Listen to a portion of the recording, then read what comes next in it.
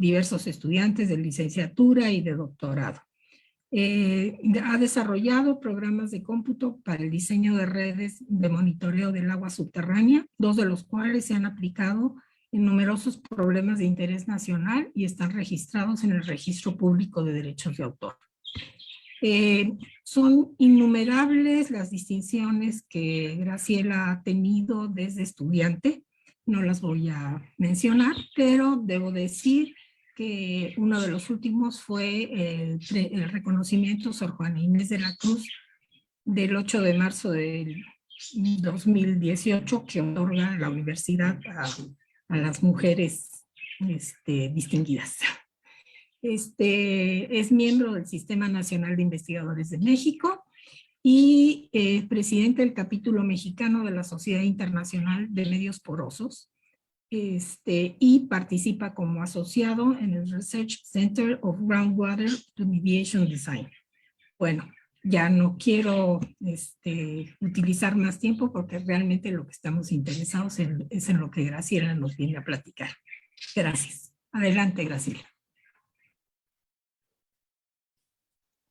Muchas gracias, Lourdes. Gracias a los organizadores por invitarme y especialmente a ti por extenderme la invitación. Entonces, inicio la charla. Voy a compartir la presentación. Ahí está. Ahora sí. Bueno. Como ya lo mencionó la maestra Lourdes Velasco, el tema de la plática, que acabo de hacer los controles, muy bien. El tema de la plática es el papel de la modelación matemática en la gestión sustentable del agua subterránea.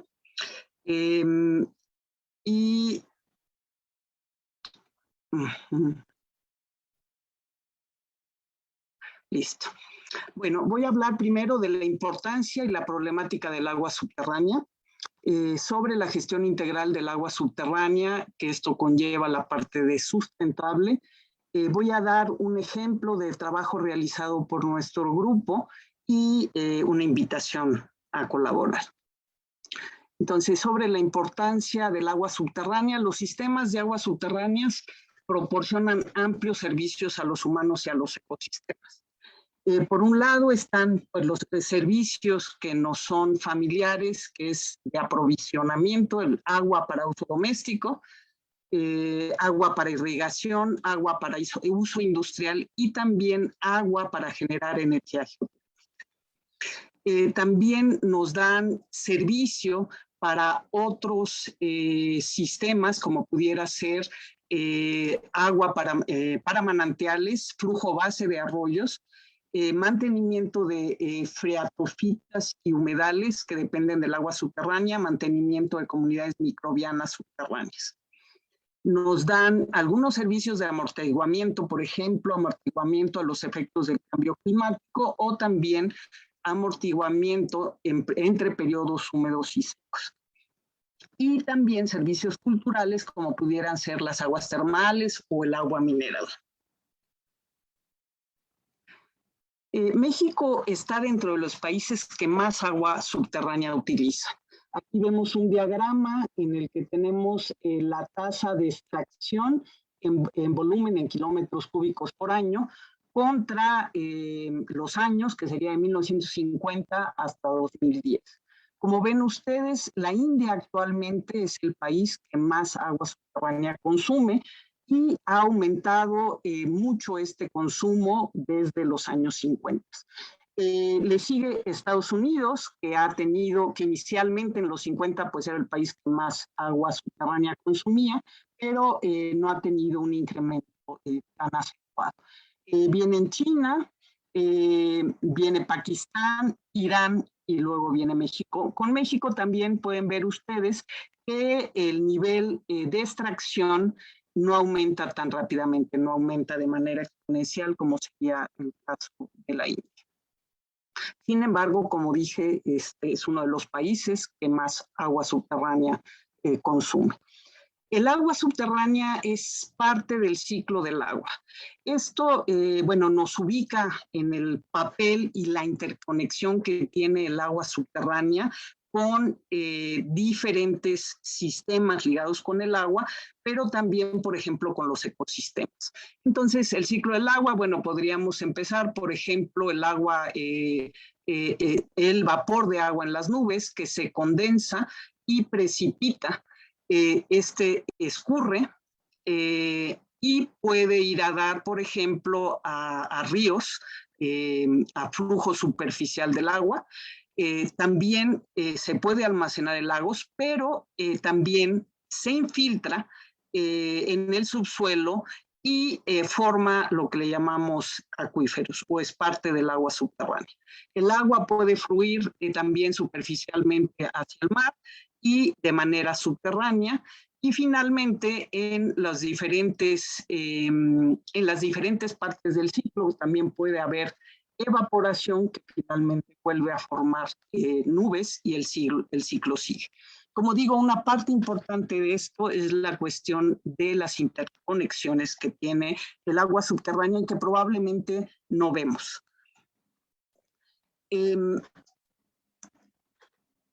Como parte de ubicar el funcionamiento del agua subterránea, aquí muestro un acuífero en condiciones naturales.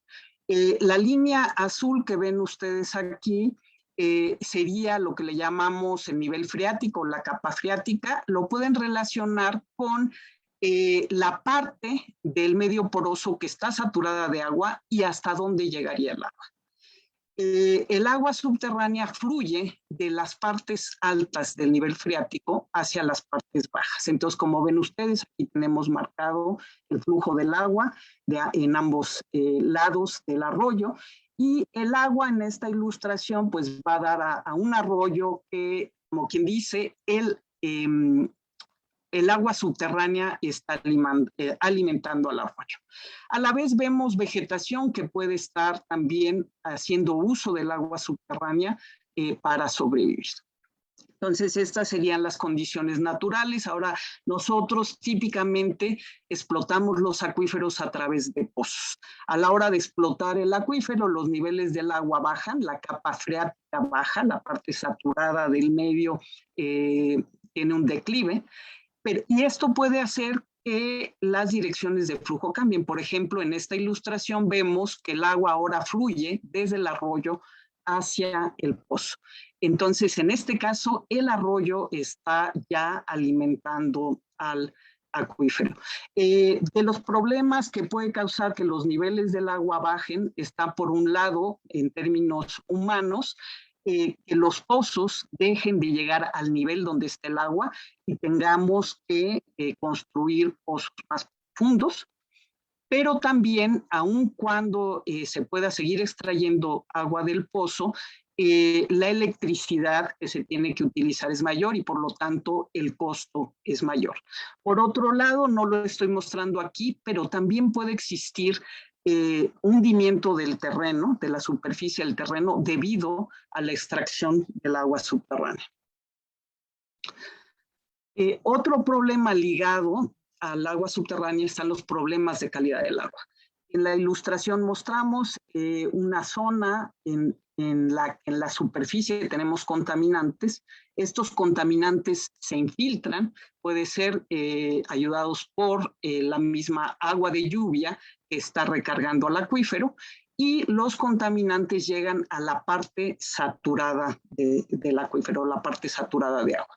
Cuando llegan a la parte saturada de agua, viajan con el agua y pueden, por un lado, llegar a los pozos de los que extraemos agua y por lo tanto podemos empezar a obtener agua contaminada, pero también pueden afectar a los ecosistemas que se alimentan o que dependen del agua subterránea. Con respecto a los efectos ambientales, está este que acabo de mencionar, pero también a la hora de que bajan los niveles del agua, podemos tener vegetación que ya no puede obtener el agua que tenía antes y se puede secar. Con respecto a los problemas de contaminación del agua subterránea, podemos tener diferentes fuentes de contaminación. Por ejemplo, podemos tener la utilización de pesticidas o fertilizantes que se infiltran como mostreantes y pueden llegar al agua subterránea. También excretas de ganado. Podemos tener contaminación por hidrocarburos, efluentes industriales, también efluentes urbanos, como ejemplos. Sobre la gestión del agua en México. En México, la Comisión Nacional del Agua es el órgano gubernamental encargado de la gestión del agua. Y como una de sus funciones, la CONAGUA ha dividido al país en 653 con diferentes criterios. Generalmente usan criterios hidrológicos combinados con criterios administrativos. ¿Para qué usamos el agua subterránea? Por un lado, con respecto al uso del agua superficial, digamos, el agua superficial, los usos del agua provienen el 60%, casi 61% del agua superficial, y 39% del agua subterránea.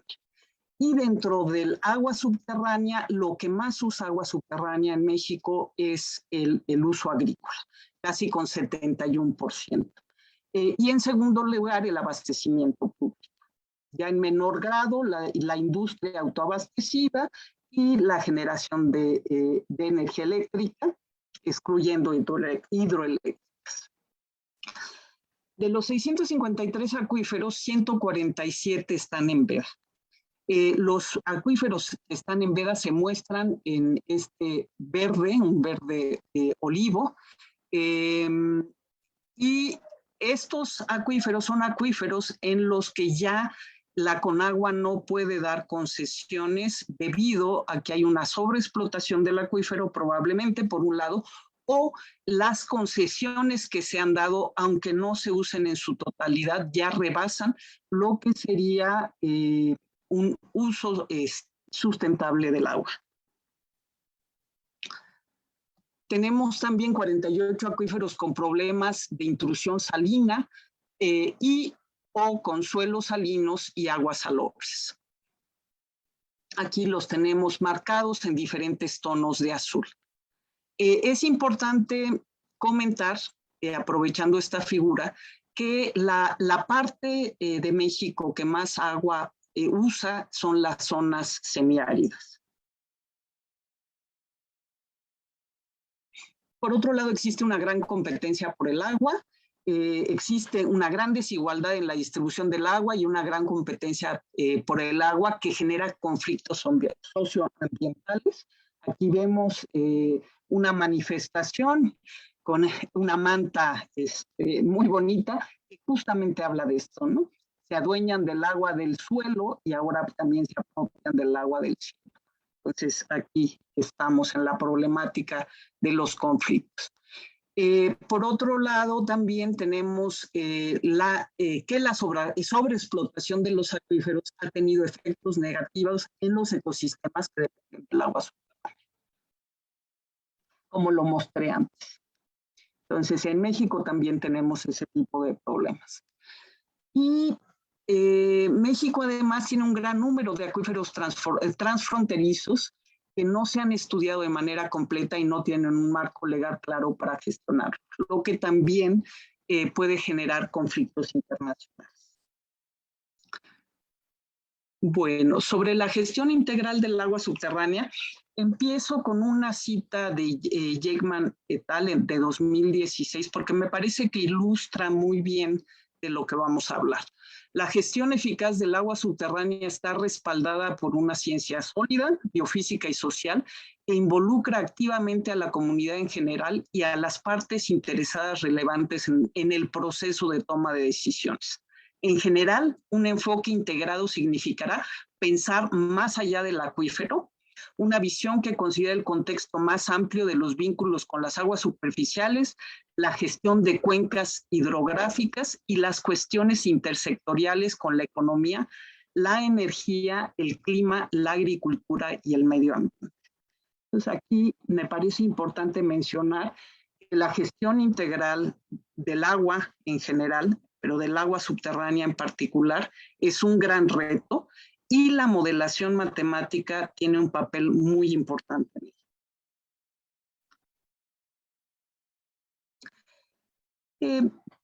Me gustaría poner en contexto un poquito de dónde viene esto de la gestión integral del agua subterránea. Entonces menciono de entrada que en el siglo XX se dio un cambio de visión en la gestión del agua subterránea, no solamente del agua subterránea, es en la gestión de los problemas ambientales, pero específicamente aquí voy a referirme a la del agua subterránea. Inicialmente el manejo del agua subterránea se veía como una cuestión de usar fondos y tecnologías suficientes para explotar el recurso en beneficio del ser humano. Pero en el siglo XX, por ahí de los años 90, hubo cambios fundamentales, 3 en específico. Por un lado, un drástico aumento de información y conocimiento sobre los sistemas de las aguas subterráneas, el reconocimiento de los múltiples servicios y roles del agua subterránea y finalmente una creciente conciencia de los efectos secundarios y los impactos no deseados de las actividades humanas.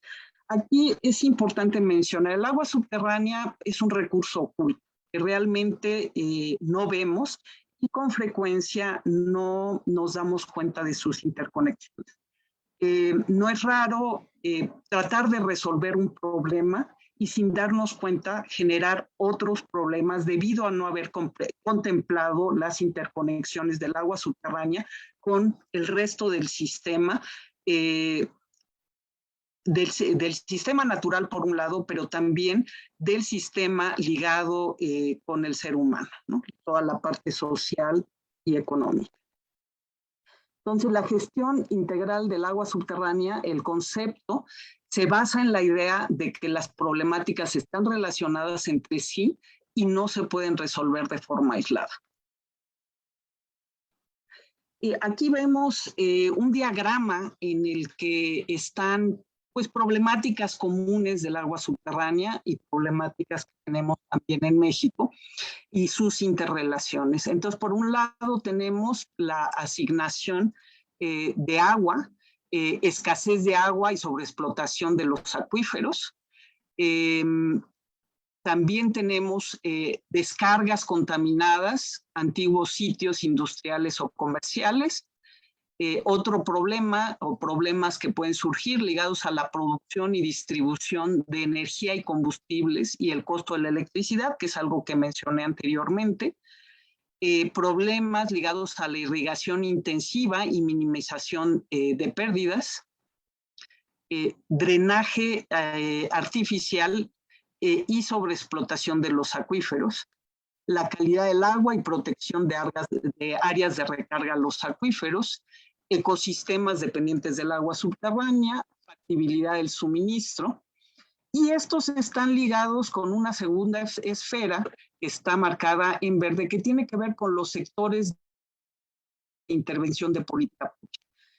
Es importante decir que cuando trabajamos con el recurso del agua subterránea y con los recursos naturales en general, por supuesto, las políticas públicas, las leyes, dictan lo que podemos hacer. Al trabajar con el sistema de manera integrado, pues hay que tomar en cuenta estas normativas y con frecuencia también hay que proponer cambios a ellas al tomar en cuenta las ligas entre las diferentes partes del sistema. Entonces tenemos en este sector de intervenciones el suministro del agua, el manejo de la contaminación industrial y urbana, el sector energético, la agricultura, el manejo de desastres, aquí estoy enfatizando inundaciones, subsidencia y otros, el desarrollo del uso del suelo y la planeación, el sector medioambiental y la adaptación al cambio climático. Como decía antes, entonces tenemos un sistema muy complejo y es un gran reto trabajarlo de esta manera integral. Entonces, la gestión integral del agua tiene como objetivo obtener el máximo beneficio de los sistemas locales de aguas subterráneas para la sociedad humana, pero logrando un equilibrio entre los siguientes objetivos: satisfacer las demandas vitales de agua, mantener la sostenibilidad del recurso, distribuir los beneficios de manera equitativa, conservar el medio ambiente y los ecosistemas relacionados con las aguas subterráneas. El medio para lograrlo pues es un programa planificado de acciones, y esto requiere abarcar toda la complejidad de los sistemas de aguas subterráneos y considerar la interacción del agua subterránea con otros sistemas naturales y sectores de políticas públicas. Por otro lado, este concepto también está muy ligado con el concepto de gobernanza del agua subterránea. El objetivo de la gobernanza es garantizar el control, la protección y la utilización socialmente sostenible de los recursos de aguas subterráneas y los sistemas acuíferos. Aquí, en la cuestión de sostenibilidad, pues se está considerando también el agua para generaciones futuras y ecosistemas también en el futuro. Y esto es para el beneficio de la humanidad y los ecosistemas dependientes del agua subterránea. El medio es la acción colectiva responsable y comprende pues un marco que permite justamente obtener o llegar al objetivo que se ha planteado y algunos principios rectores. Bueno, entonces dentro de los factores que hay que tomar en esta visión integral están también las partes interesadas, los subsistemas naturales y subsistemas humanos. Pero las partes interesadas, pues es muy importante tomar en cuenta que el tratamiento exitoso de cualquier problema complejo requiere de involucrar a los interesados adecuadamente. Cuando hemos trabajado sin tomar en cuenta la integración de estas partes interesadas, con frecuencia las propuestas que pueden venir desde un sector académico o desde un sector técnico no necesariamente son la mejor solución desde el punto de vista de los interesados. Entonces, también trabajar con las partes interesadas hace que las soluciones tengan una mayor permanencia en el tiempo y que tengan mayor calidad. Los subsistemas naturales tienen que ver con, forman la extensión, los límites y el área de servicio del recurso natural del que debe derivarse la gestión de las aguas subterráneas. Entonces, los subsistemas naturales, en la ilustración podemos ver, está la parte, pues por un lado, relacionada con los ecosistemas ligados justamente con el agua subterránea, y por otro lado están pues los sistemas que tienen que ver con los humanos, ¿no? Aquí me faltó mencionar que estos subsistemas naturales involucran a los componentes biofísicos del sistema. Aquí biofísico incluye, por supuesto, también toda la parte química, ¿no? Y los subsistemas humanos hay que también tomarlos como un factor. La gestión integral del agua subterránea opera dentro del entorno humano, incluidas las características sociales, políticas, culturales y económicas de las partes interesadas.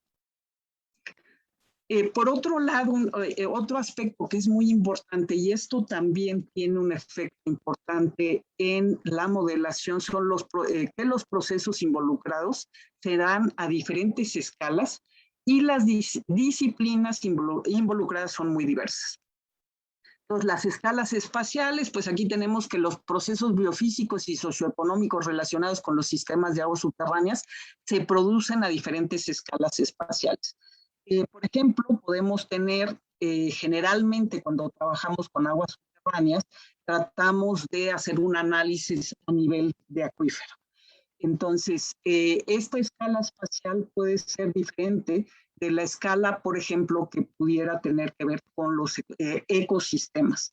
Y también hay escalas, por ejemplo, que pueden tener que ver escalas a nivel de poro dentro del acuífero, ¿no? Como comenté, es agua que circula a través de un medio poroso. Entonces, a nivel de poro puede haber ciertos fenómenos que pueden también tener efectos sobre la planeación que se quiere hacer de los recursos. Y por otro lado están las escalas temporales. Los aspectos temporales también operan a diferentes escalas. Aquí, como un ejemplo sencillo, podría yo poner el movimiento del agua en un acuífero es mucho más lento que el movimiento del agua, por ejemplo, en un río. Sin embargo, suelen estar vinculados. Entonces, en el análisis del problema y también en la modelación matemática hay que tomar en cuenta este tipo de factores. Para tener una comprensión holística del sistema, se requiere de la integración de conocimientos y competencias de una amplia gama de paradigmas y disciplinas. Entonces, esto también es algo que hay que tomar en cuenta cuando está uno trabajando desde el punto de vista integral. Por último, en esta parte, el papel de la modelación matemática. Pues los modelos matemáticos son la herramienta más adecuada para la integración sintética de los componentes del sistema y para la formulación de escenario por las partes interesadas para la toma de decisiones. Aquí vemos, por un lado, cuando está uno trabajando con el sistema, y es un sistema complejo que ya comentamos que tiene muchas componentes de diferente índole, como pudiera ser pues justamente la parte del acuífero, la parte de los ríos, los ecosistemas y también los procesos humanos. Entonces requiere a la hora de hacer el análisis del problema de la integración técnica de diferentes métodos, modelos, herramientas y datos de varias disciplinas y o que representan diferentes procesos, como ya lo comenté, pero también perspectivas, porque está ahí también involucrado el punto de vista de los interesados en el problema. Entonces, el modelado matemático es la herramienta más efectiva para llevar a cabo una evaluación integrada, ya que puede apoyar un enfoque sistémico, es decir, tomando en cuenta las diferentes partes del sistema integradas y transparente para la integración. Esta parte de la transparencia que da la modelación matemática es también importante al tomar en cuenta que cuando nosotros involucramos a las partes interesadas, puede haber intereses en conflicto, puntos de vista encontrados, pero también intereses en conflicto.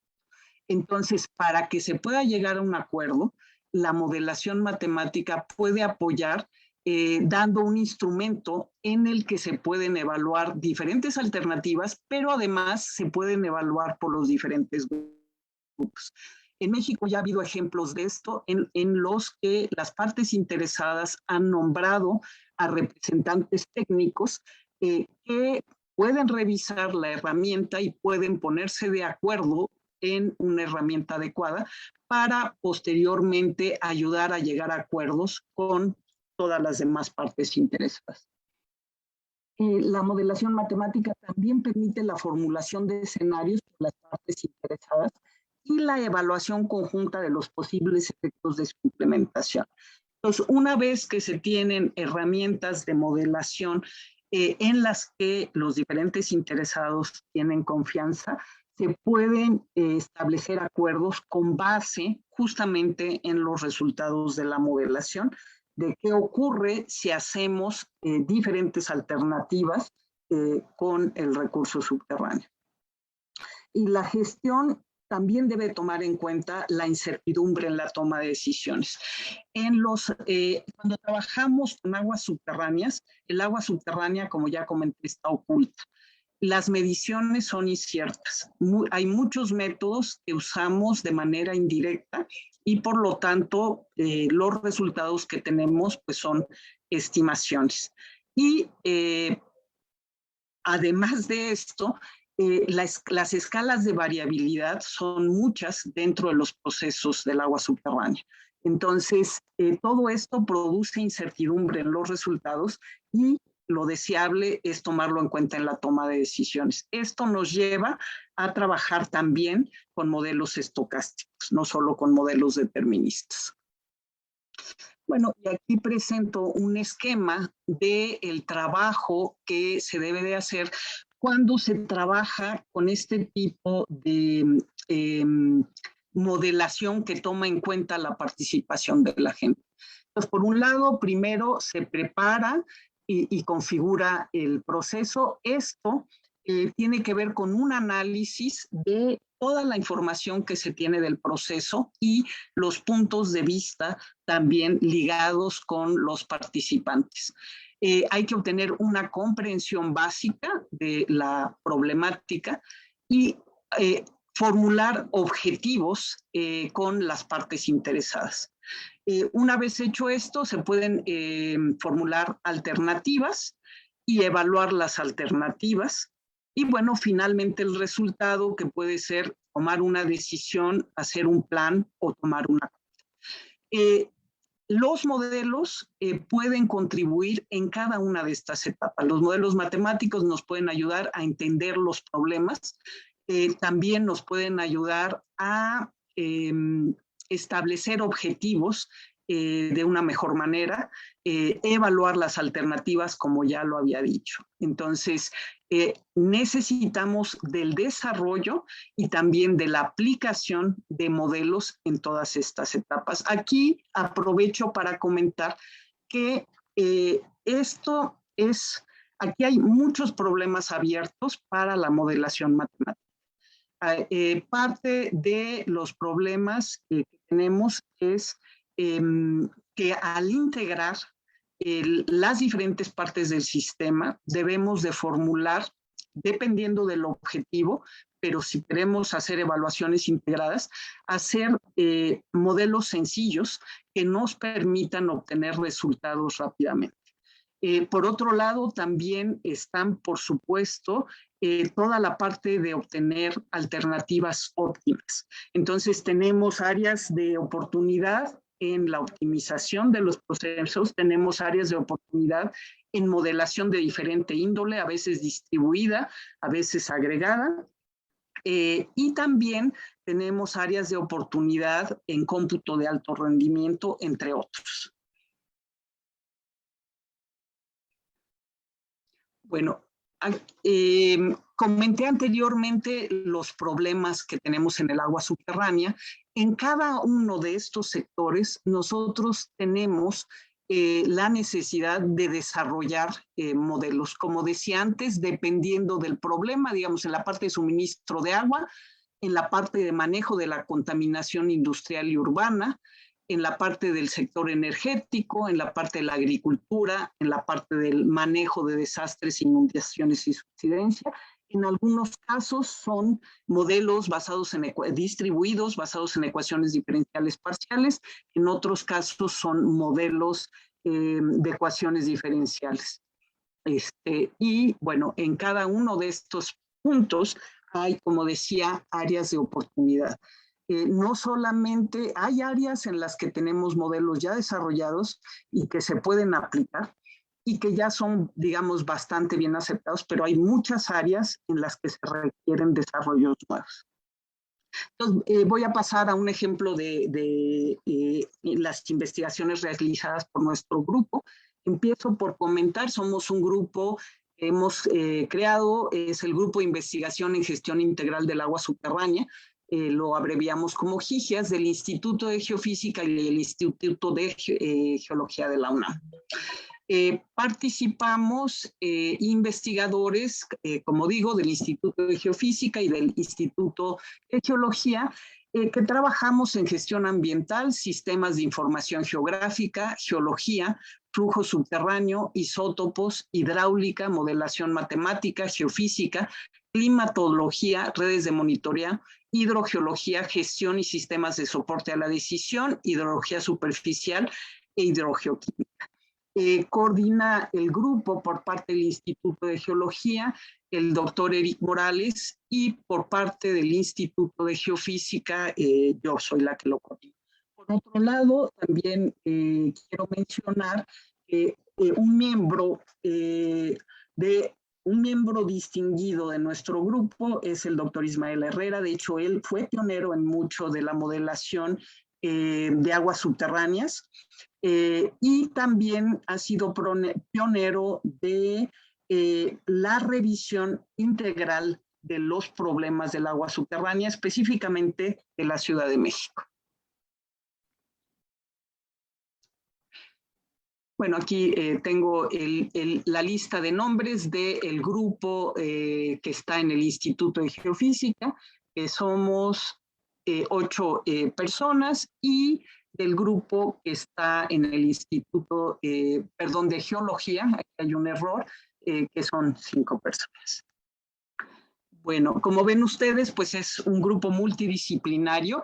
Quiero dar un ejemplo de modelación que justamente desarrollamos para el caso de la Ciudad de México. Como ya comenté, la modelación de este caso ya se ha desarrollado por varios, digamos, no del problema específico, este es un problema que hemos abordado más recientemente, pero sí del modelo de flujo del agua subterránea se ha trabajado ya desde los años 90, como decía yo, liderado por el doctor Ismael Herrera.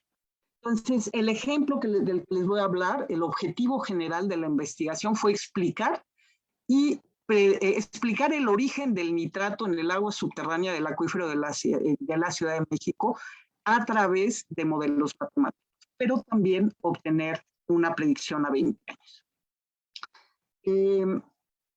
Este estudio se inició haciendo un análisis hidrogeológico, hidrogeoquímico e isotópico, del cual se concluyó que en el agua subterránea predomina el nitrato generado por actividades humanas que usan o generan nitrógeno en la superficie del terreno.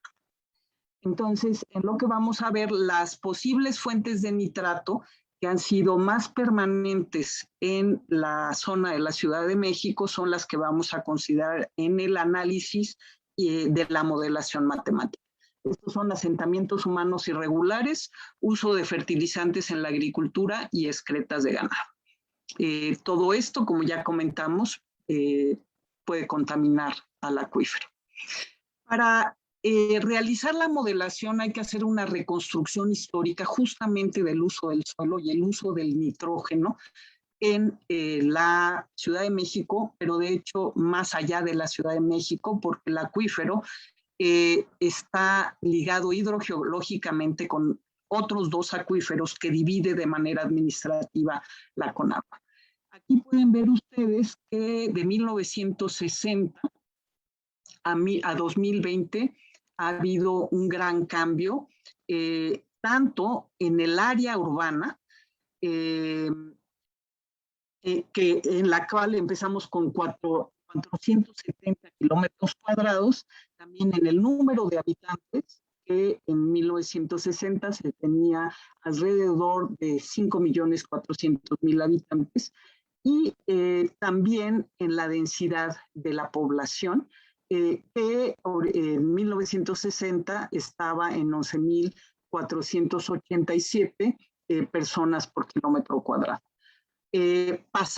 Vemos la evolución a través del tiempo, pero al 2020 ya tenemos un área urbanizada de 1.481 kilómetros cuadrados y cerca de 26 millones de habitantes, ¿no? Finalmente también la densidad de población de 17.418 personas por kilómetro cuadrado. Por otro lado, también podemos ver como parte del efecto de la urbanización que se ha perdido gran área de bosques de la Ciudad de México. De 1986 a 2010 pasamos de 38.900 hectáreas a 28.200 hectáreas. Bueno, como parte de esto, ha aumentado entonces el uso de suelo en los que se usan nitrógeno en la parte superficial. Y como decía yo, en este trabajo vamos a considerar 3 posibles fuentes. Bueno, aquí comentaba yo hace un rato que en este trabajo estamos considerando un área que va más allá del acuífero de la Ciudad de México. Si ven ustedes aquí, la línea amarilla es el acuífero de la zona metropolitana de la Ciudad de México, como lo define la Conagua, el acuífero de Texcoco y el acuífero de Chalco. Como el agua realmente no tiene una barrera, está interconectada entre estos diferentes acuíferos, pues los contaminantes también podrían estar viajando de un acuífero a otro, y el análisis y la modelación matemática la hacemos de manera conjunta. Bueno, tomamos aquí en cuenta áreas que tienen excretas de ganado. Las excretas de ganado están marcadas con las figuras en color amarillo.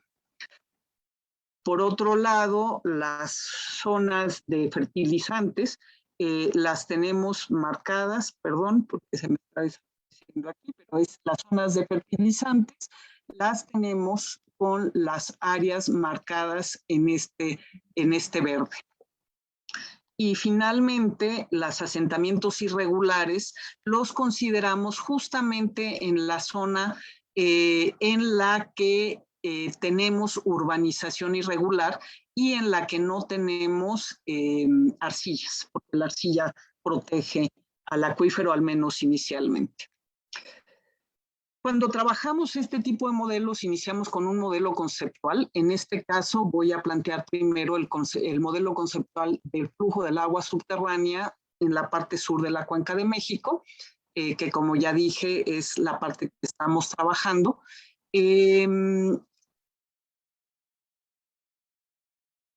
¿Por qué necesitamos un modelo de flujo? Porque los contaminantes fluyen con el agua, o sea, se transportan con el agua a la velocidad que tiene el agua. Entonces necesitamos entender cómo fluye el agua para entender cómo fluyen los contaminantes. Entonces tenemos aquí una sección A', que aparece aquí donde estoy marcando con el mouse, y esta sección la vemos aquí, pero la voy a hacer más grande para que alcancen ustedes a ver. ¿Cómo es la dinámica del agua en el acuífero de la Ciudad de México actualmente? Pues las partes altas de la cuenca, donde tenemos, por ejemplo, la Sierra de las Cruces y la Sierra Nevada, desde esa parte alta llueve, el agua se infiltra al subsuelo y se transporta desde esa parte hacia las partes bajas, como ya habíamos comentado.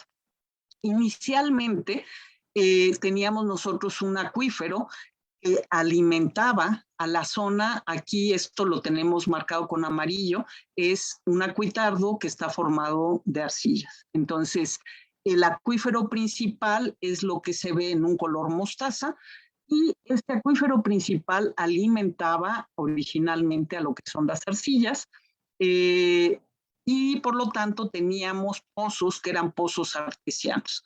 Sin embargo, con la explotación del acuífero, lo que ha ocurrido es que en algunas partes el nivel del agua ya está por debajo de la arcilla y la dinámica ha cambiado, y ahora el agua de las arcillas es la que alimenta al acuífero principal.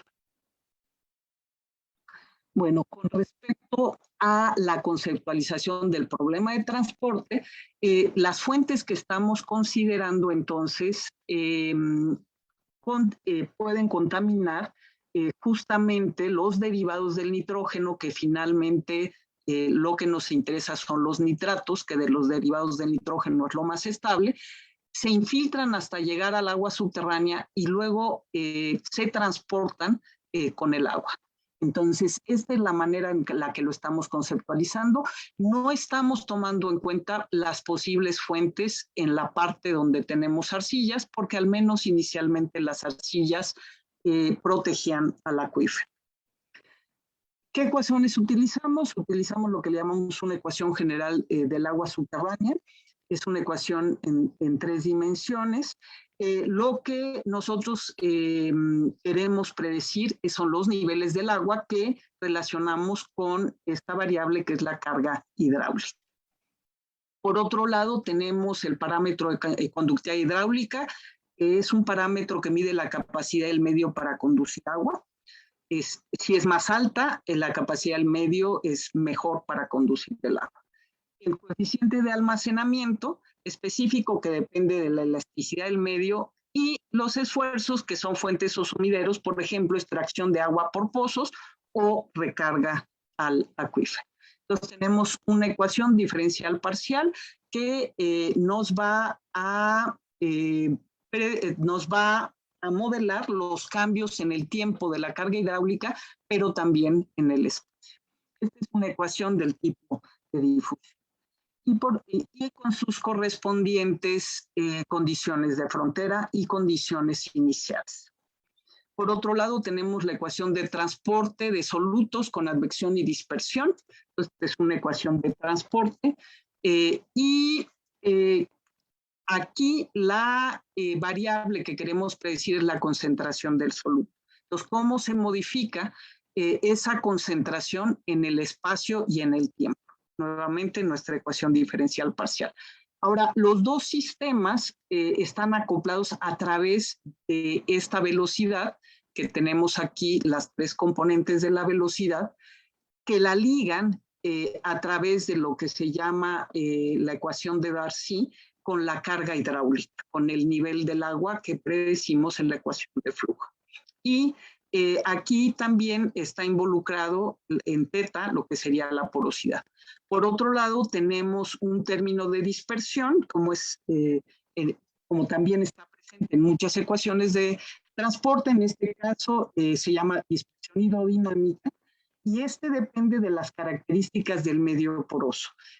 Como el medio poroso es un medio que podemos decir desordenado, el agua no va a fluir únicamente en una sola dirección, sino que se puede estar regresando y se genera un fenómeno tipo dispersión. También con sus condiciones de frontera, la ecuación de transporte y condiciones iniciales. Bueno, estas ecuaciones se discretizan. Esto me parece que muchos de ustedes están familiarizados con esto. No las resolvemos generalmente para problemas complejos, para problemas reales de manera analítica, sino a través de métodos numéricos y a través de computadoras. En este caso estamos usando un software que se llama ModFlow, que ya tiene todo implementado. Esto es una aplicación, no un desarrollo de software, pero al aplicarlo, por un lado tenemos aquí lo que serían los niveles del agua, que tenemos niveles más bajos en la parte amarilla, y hacia las partes verdes y azules serían niveles más altos. Entonces esto está congruente con la información que nosotros tenemos de los datos. Estos son datos del 2017 y es una interpolación a toda la malla. Y los resultados, perdón, aquí lo estoy diciendo al revés. Esto es una interpolación espacio-temporal mostrada en el año 2017 y este es el resultado numérico que tiene una buena correspondencia. Aquí hay métodos de calibración de manera sistemática que son los que seguimos, pero no voy a entrar en detalles, simplemente ilustrar los resultados. Vemos también el resultado y la evolución para el 97, 2007 y 2017. Entonces se ve cómo se va profundizando el nivel del agua conforme vamos explotando el acuífero. Acá ahora muestro lo que tiene que ver con las concentraciones de nitrato. Estas son concentraciones de nitratos derivadas de datos que hemos obtenido muestras a través de pozos. Y tenemos en los cuadrados zonas en las que tenemos concentraciones elevadas de nitratos. Entonces tenemos una evolución del 2002 al 2017. Cuando trabajamos con datos, pues también depende de los datos que tengamos en cada año, los resultados que tenemos, ¿no? Y esto lo vamos a comparar a través de las simulaciones. Lo vamos a comparar justamente los resultados de las simulaciones con datos. Acá lo que hicimos fue hacer simulaciones de la concentración del nitrato para las diferentes fuentes. Acá estoy ilustrando lo que son fuentes domésticas irregulares y qué es lo que podemos obtener únicamente de estas concentraciones máximas comparadas con las concentraciones que tenemos en las interpolaciones de los datos. Entonces, acá lo que podemos ver es que las fuentes domésticas solo pueden dar cuenta de las concentraciones máximas en la parte sureste, lo que está aquí marcado con un óvalo azul. Así hacemos el análisis de cada fuente, como comenté antes. Uno de los objetivos del trabajo o el objetivo principal fue utilizar el modelo para analizar las posibles fuentes de nitratos. Y posteriormente, ya juntando todas las fuentes, hacemos predicciones de concentraciones de nitratos hasta el 2038 y vemos cómo evoluciona o, por ejemplo, aparecen concentraciones altas en zonas que teníamos únicamente marginalmente datos con concentraciones altas en esta parte, ¿no? Graciela, quedan 6 minutos. Si quieres. Muy bien, estoy casi terminando, entonces me apuro. ¿Cómo utilizar un modelo de este tipo en la gestión integral del agua subterránea? Pues para evaluar posibles estrategias del manejo del problema, trabajar integrando estos modelos con otras partes del sistema, ya comentamos que son muchas y muy diversas, y para poner de acuerdo a las partes interesadas. Como comenté antes, ya ha habido experiencias en este sentido en México, utilizando modelos de este tipo para poner de acuerdo a las partes interesadas. Entonces, finalmente aquí simplemente pues invitar a los interesados. Nosotros estamos interesados en colaborar con otros académicos de diferentes áreas, específicamente en la parte de modelación matemática. Hago yo una invitación. Y también invitamos a estudiantes interesados a contactarnos. Como comenté, las áreas de oportunidad son muchas. También me parece pertinente comentar que el posgrado en Ciencias de la Tierra de la UNAM incluye un área de modelación matemática que se pretende convertir, ahora que estamos haciendo una revisión del plan de estudios, está, digamos, en curso la aprobación de esto en un campo del conocimiento en geociencia computacional enfocado al desarrollo de metodologías de modelación matemática y computacional para las ciencias de la Tierra. Y por otro lado, el mismo posgrado también incluye un área de aguas subterráneas en la que se está incorporando la gestión integral del agua subterránea, también como parte de la revisión del plan de estudios. Entonces, nuevamente, están invitados si les interesa el tema. Pues muchas gracias. Con esto termino. Listo. A ver, aquí tienes un comentario y una pregunta. Dice de Francisco Domínguez Mota. Dice, como siempre, muy interesante su plática, doctora Herrera. ¿Qué modelo constitutivo emplean en la conductividad hidráulica? Van Genuchen. Van.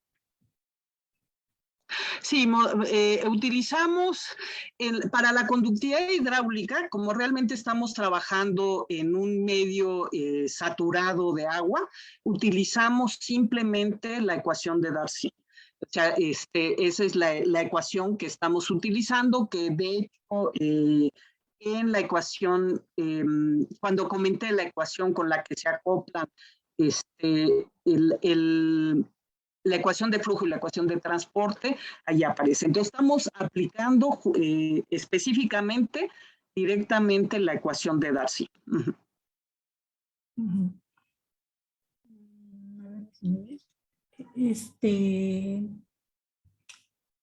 No sé si en los otros Facebook haya más preguntas. Gilmer, ¿tú tienes acceso a ellos?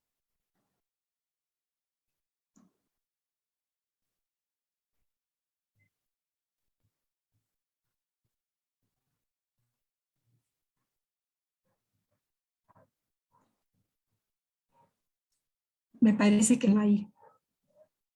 ¿Gilmer?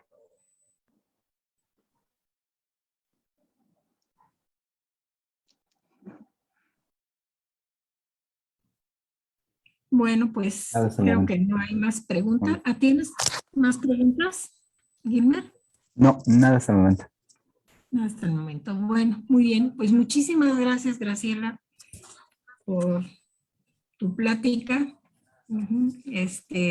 Ya te invitaremos a más cosas. Pues muchísimas gracias, como dije, al comité organizador y a ti específicamente por invitarme. Y bueno, espero que haya sido de interés para el auditorio.